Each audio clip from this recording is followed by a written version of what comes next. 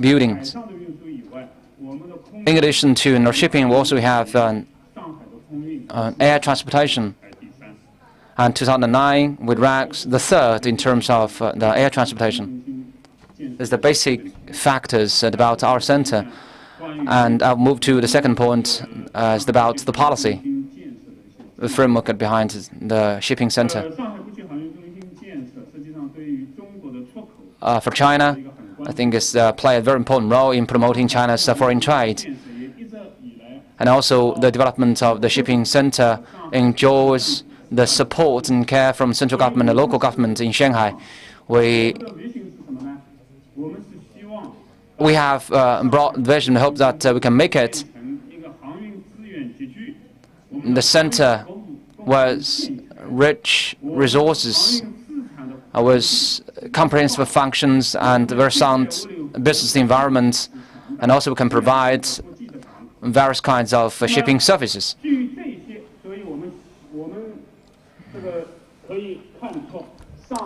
So based on our objective, we can say that in the future it will become an international hub. At the same time, will be the modern port connection distribution system for multimodal transportation, and also will provide a very sound service environment. For example, legal services, financial services, insurance services, etc., are all available in our center.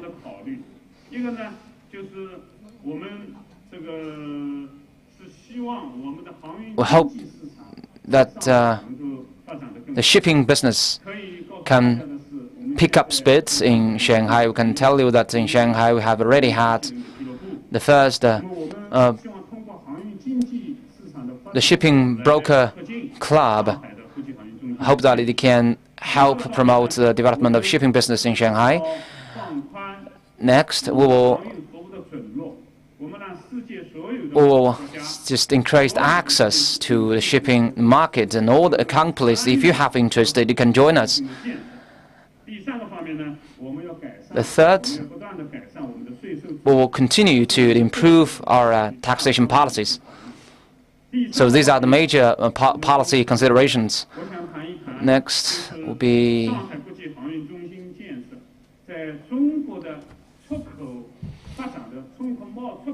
that means the role of the center in developing China's foreign policy. And also, in the process of developing this center, we have obtained some experience, and I try to sum up the lessons and experience we have got. And I think some of the lessons and experience can be replicated and adopted by the developing countries, especially the countries which have ports and seaports. That means, how can you enhance the role of the ports in supply chain? First thing,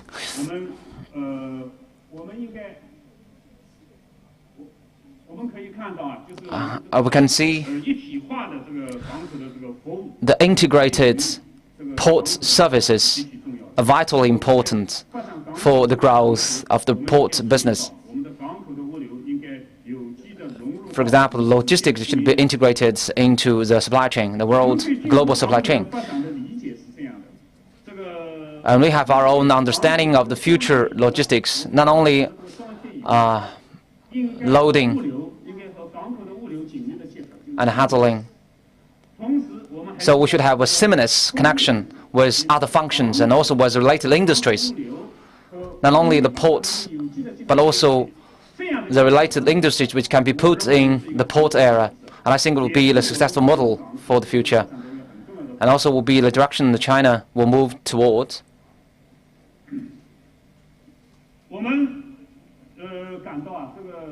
And we feel, especially in the case of Shanghai, I think that the port logistics, the reason for our success is that we have noticed that the logistics should conform to the rules of international port development, for example, information, and oriented to customers.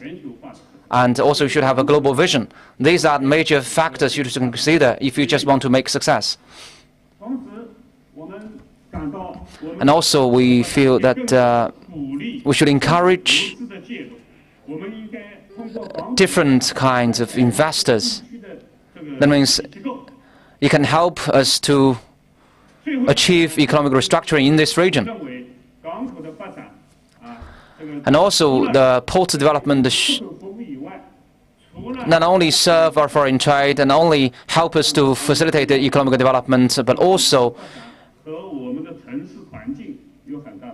it is closely related to the improvement of the social environment. So it means we should have some social responsibilities. I think 2 points to make. And first, it must be a safe one. I mean safety. Second, the port development should goes harmoniously with our environmental development. That means it must be a green one. So these are the lessons and experience I just want to share with all of you. So in Shanghai, I mean, how can we develop the port logistics, and how can we integrate it into the global supply chain? Finally, I would like to show you several pictures. So here, I think I have finished within 8 minutes, yes? Thank you. Thank you very much, Yongfang. And now I think we have to rush into the Q&A section in the next, say, 15 minutes. Any questions from the floor? Yes, please.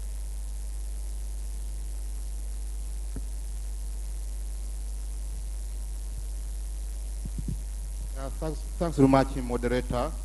I want to sincerely thank the presenters for this wonderful presentation. My question or comments go to Ms. Yang from Dell. I'm glad Professor Yang has actually, his last slide has talked about my question, and that addresses what we call corporate social responsibility.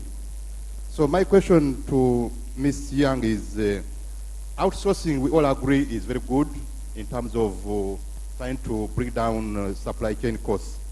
But I'm wondering whether the big multinationals or the big players in the developed countries really go ahead and benchmark the SMEs, the outsourcing these products, to ensure that some of the values which are strong and valued in Western world or developed countries are also embedded in these SMEs, where they outsource their products.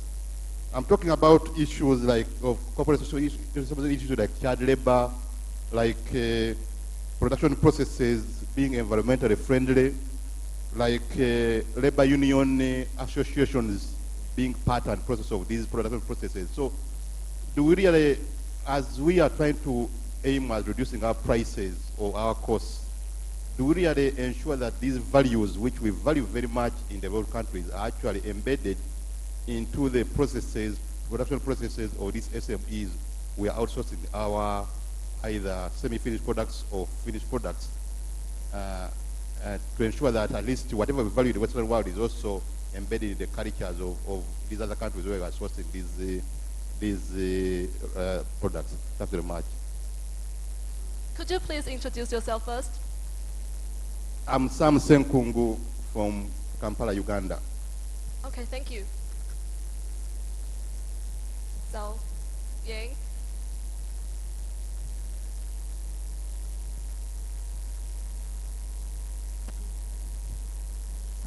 Yeah, Ying, the question was about, in the drive towards cost reduction and the outsourcing from developing countries, do large corporations, look at the values which are, behind the sourcing base from the SMEs? And there was, and correct me if I'm reflecting your point, values being like issues like child labor, issues like environment, and how is that taken into account in